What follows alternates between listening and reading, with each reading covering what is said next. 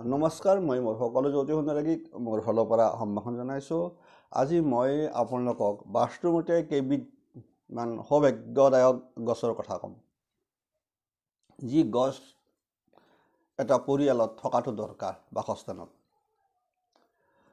গতিকে নিজৰ বাৰীখনত এই গছবিলাক কোন দিশত থাকিলে শুভ ফল পাব আপোনালোকে, সেইটো খুব জনা দৰকাৰ আচলতে।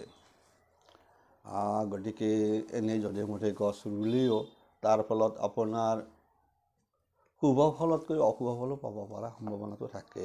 আৰু কাৰণ বাস্তুমতে কোৱা আছে যে যেনেকৈ অশুভ গছ বুলি কোৱা আছে, আনফালে কিছুমান অশুভ বুলিও কোৱা আছে, মনত ৰাখিব। কিন্তু শুভ গছ যিখিনিয়ে অতি শুভ বুলি কোৱা হৈছে, যাৰ ফলত সেই পৰিয়ালৰ সুখ শান্তি ধন সম্পদ বৃদ্ধি হয়। প্ৰথম বিধে দিয়া আছে তুলসী, জানে তুলসী গছ। গতিকে প্ৰত্যেক পৰিয়ালত তুলসী গছটো থকাটো ভাল, আপোনালোকক ক'লোঁ। আৰু কোৱা আছে যি পৰিয়ালত তুলসী গছ থাকিব, সেই পৰিয়ালত যিমান সমস্যা নাহক কিয় সেই সমস্যাই কাবু কৰিব নোৱাৰে, অৰ্থাৎ ঘৰত গৃহত প্ৰৱেশ কৰিব নোৱাৰা বুলি কোৱা আছে। সেইকাৰণে পৰিয়ালত কমচে কম এডাল হ'লেও তুলসী গছ থকাটো অতি দৰকাৰ। বিশেষকৈ ইয়াতো কথা ৰাখিল যে তুলসী গছ সাধাৰণতে উত্তৰ বা উত্তৰ পূব দিশত থকাটো অত্যন্ত ভাল। তাৰ বাহিৰেও পূব দিশত থকাটো ভাল, যিহেতু আমি সাধাৰণতে তুলসী গছৰ তলত চাকি বন্তি জ্বলাওঁ গধূলি সময়ত, এটা নিয়ম। বা কিছুমান দুপৰীয়াও জ্বলে গা পা ধুই উঠি, সেইটো বেলেগ কথা। দুই ধৰণতো মানে আপোনাৰ চাকি বন্তি জ্বলা যায়। গতিকে তুলসী গছ প্ৰথম ধৰি থোৱা আছে। আৰু কোৱা আছে তুলসী গছ যি পৰিয়ালত থাকে সেই পৰিয়ালত কোনো ৰোগ ব্যাধি সহজতে প্ৰৱেশ কৰিব নোৱাৰে, অশুভ শক্তি প্ৰৱেশ কৰিব নোৱাৰে। এই সম্পূৰ্ণ দুৱাৰমুখতে বাধা দি থৈ দিয়ে। দ্বিতীয়বিধ গছ হ'ল আপোনাৰ বাঁহ গছ। চাব, বাস্তুমতে বাঁহ গছক অত্যন্ত শুভ বুলি কোৱা আছে, উপকাৰী বুলি কোৱা আছে। বিশেষকৈ বাঁহ গছ থাকিলে সেই পৰিয়ালত সৌভাগ্য আহে, সৌভাগ্য উদয় বা সৌভাগ্যই থাকে বুলি কোৱা হয়, বা সুখ সমৃদ্ধি সদায় অটুট থাকে বাঁহ গছ।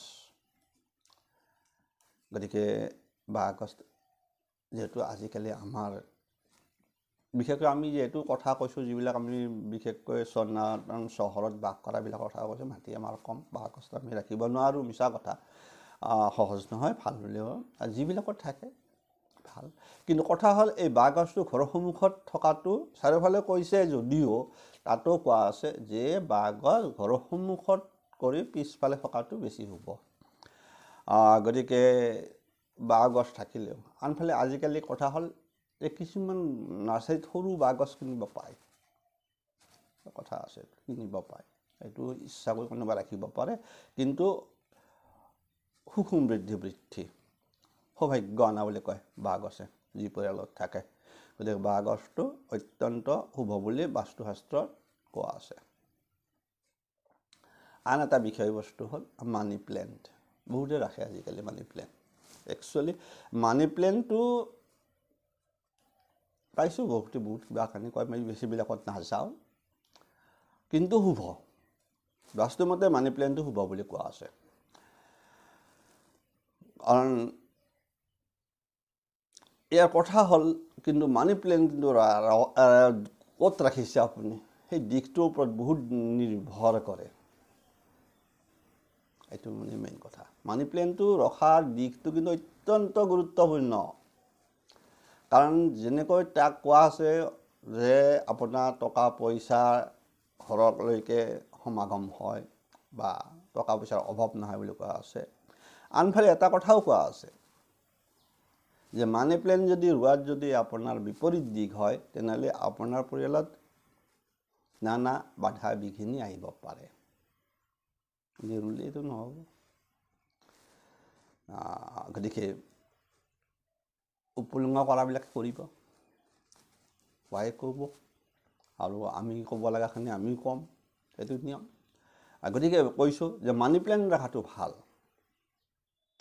আৰু তো ক'লোৱে যে স্থান কিন্তু লয় যদি এই মানি প্লেণ্টৰ কিন্তু কথা আছে এই মানি প্লেণ্ট সাধাৰণতে ক'ত ৰাখিব লাগে ঘৰৰ উত্তৰ বা পূব দিশত হয় উত্তৰ দিশত নহয় পূব দিশত ৰাখিব লাগে তাৰ বাহিৰে আন দিশত ৰখাটো মানে আপোনাৰ কাৰণে অসুবিধা সৃষ্টি কৰিব পাৰে কাৰণ কৈছে যে বাধা বিপত্তি আনিব পাৰে গতিকে সদায় মানি প্লেণ্টটো আপুনি হয় উত্তৰ দিশত নহয় পূব দিশত লগাওক অথবা উত্তৰ পূব দিশ বা ঈশান কোণত গতিকে তেতিয়াহে তাৰ পৰা আপুনি মানি প্লেণ্টৰ পৰা এটা ফল আপুনি পাব লাভ কৰিব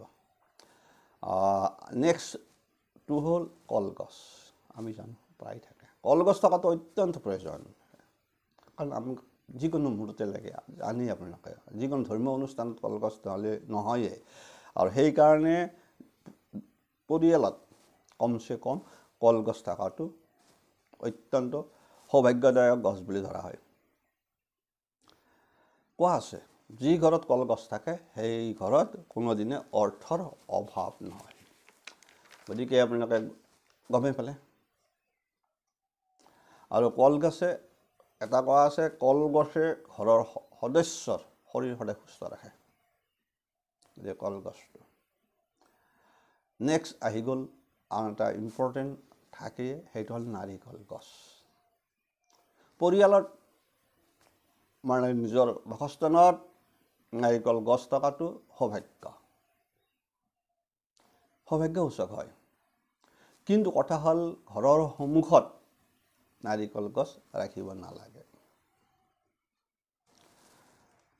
আৰু সাধাৰণতে ঘৰৰ পিছফালে বাৰীৰ পিছফালে নাৰিকল গছ থকাটো অত্যন্ত শুভ গতিকে গম পালে বহুত কথা আছে দীঘলীয়া এজনে কৈছে যে কথা ভিডিঅ'বিলাক দীঘলীয়া হয় কেতিয়াবা ক'ব যাওঁতে অলপ দীঘলীয়া হৈ যায় মই এইটো অস্বীকাৰ নকৰোঁ গতিকে নানামো কথা কওঁতে দীঘল হ'বয়ে সেইটো নিয়ম গতিকে আপোনাৰ মেইন কথাটো হ'ল নাৰিকল গছটো সৌভাগ্যদায়ক গছটো মতে কিন্তু ঘৰৰ সন্মুখত নহয় পিছফালে থাকিব লাগে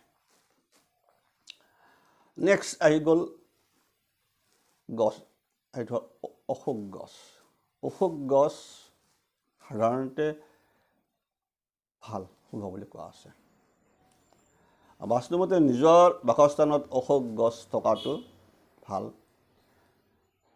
ঘৰৰ সন্মুখফালে থকাটো আৰু অত্যন্ত ভাল গতিকে অশোক গছটো অত্যন্ত শুভ সৌভাগ্যদায়ক গছ বুলি কোৱা হৈছে নেক্সট আহি গ'ল most important বিষয়বস্তু নিম গছ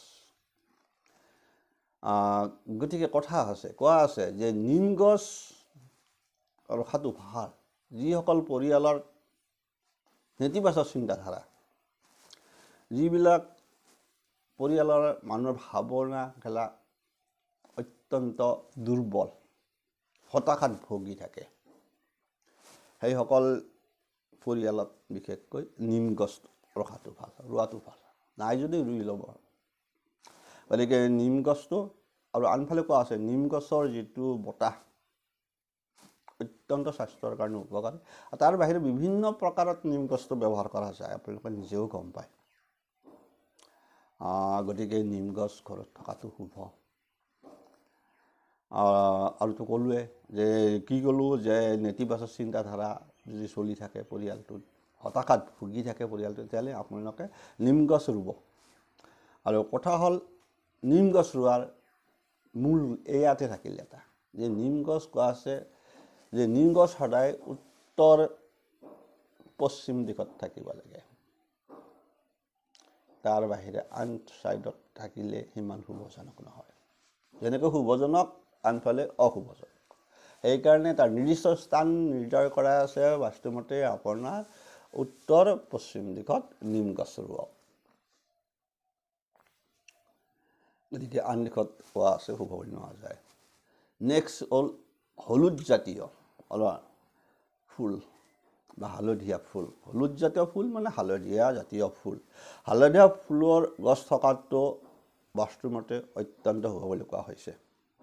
বিশেষকৈ ঘৰৰ উত্তৰ বা উত্তৰ পূব দিশত এই ফুল থকাটো ভাল। হালধীয়া ফুল থকাটো পৰিয়ালটোৰ কাৰণে শুভ। তাৰ বাহিৰে দিছে কোৱা আছে আন এটা ফুল হ'ল লিলি ফুল। লিলি ফুল কোৱা আছে যদি পৰিয়ালৰ লোকে নানা সমস্যাত ভুগি থাকে, যদি পৰিয়ালৰ লোকে যথেষ্ট সমস্যাত ভুগি থাকে, তেতিয়া বাসস্থানত লিলি ফুল ৰখা ভাল। ইয়াক ৰাখিলে ঘৰত দাম্পত্য হাই কাজিয়া এইবিলাক নাথাকে। গতিকে লিলি ফুল শুভ বুলি কোৱা আছে ফুলৰ ভিতৰত। তাৰ বাহিৰে থাকিল পদ্ম ফুল, পদুম ফুল। পদুম ফুল সাধাৰণতে আমি জানো বিলত থাকে বা পুখুৰীত থাকে। তাৰ বাহিৰেও আজিকালি বহুতেই কিন্তু আপোনাৰ ৰাখে টাবত অলপমান বা অলপ পাকি কৰি লৈ তাত অকণমান কিবা কানি গোবৰ চোবৰ মাটি দি তাতো কিন্তু ৰুই পেলাই ৰখা দেখা পাইছোঁ। ভাল, আপোনালোকে যিসকলে ৰাখিছে সেনেকৈ ভাল। টাব কৰি টাব বনাই পাকিৰে তাতো ৰাখে। গতিকে পদুম ফুল যি পৰিয়ালত থাকে তাত লক্ষীৰ বাস বুলি কোৱা হয়। গতিকে পৰিয়ালত পদুম ফুল থকাটো ভাল। আৰু তাৰ বাহিৰে ধন সম্পদ বৃদ্ধি হয়। তাৰ বাহিৰেও আৰু এটা কথা আছে, যদি অসুবিধা হয়, যদি পায়, তেনেহ'লে সতেজ পদুম ফুল ঘৰৰ বিশেষকৈ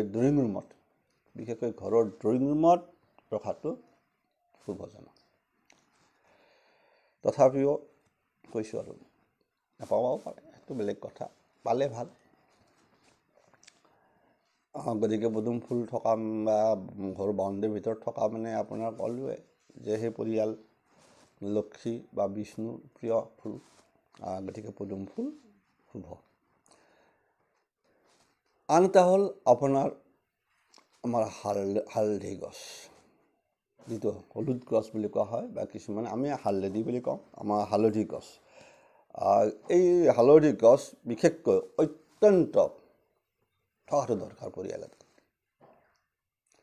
আৰু মূল কথা প্ৰত্যেক পৰিয়ালত হালধীয়া গছ থকা ভাল। বিভিন্ন শাস্ত্ৰীয় কাম কাজত হালধি গছৰ প্ৰয়োজন হয়। তাৰ বাহিৰেও বিভিন্ন অসুখ বিসুখত হঠাৎ কিবা এটা হ'লেও আপুনি মানে এই হালধি উঠাই আনি আপোনালোকে গমেই পায়। বিশেষকৈ ধৰক বমি হ'ল, হঠাৎ পেট বিষাই বা হঠাৎ সেইকাৰণে হঠাৎ পৰিয়ালৰ অত্যন্ত আনফাৰ দেৱ দেৱীতো লাগেই, ধৰা বন্ধা আমাৰ ধৰ্মীয় কাম কাজত লাগিবই, গতিকে সেইকাৰণে বেলেগত তাত যোৱাতকৈ ঘৰত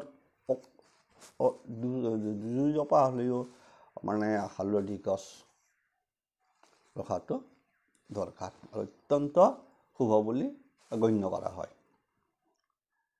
গতিকে ইয়াকো আপোনাৰ কোৱা আছে উত্তৰ বা উত্তৰ পূব দিশত। তথাপি যদি ঠাইৰ অভাৱ হয়, আনফালে ৰুলেও বিশেষ একো অনিষ্ট নাই। মুঠতে আপোনাৰ বাউণ্ডাৰীৰ ভিতৰত মানে হালধি গছ থকাটো অত্যন্ত শুভ। গতিকে এইখিনি ক'লোঁ। তাৰ বাহিৰেও এটা মই আপোনালোকক কৈ থৈ দিওঁ, এটা পৰিয়ালত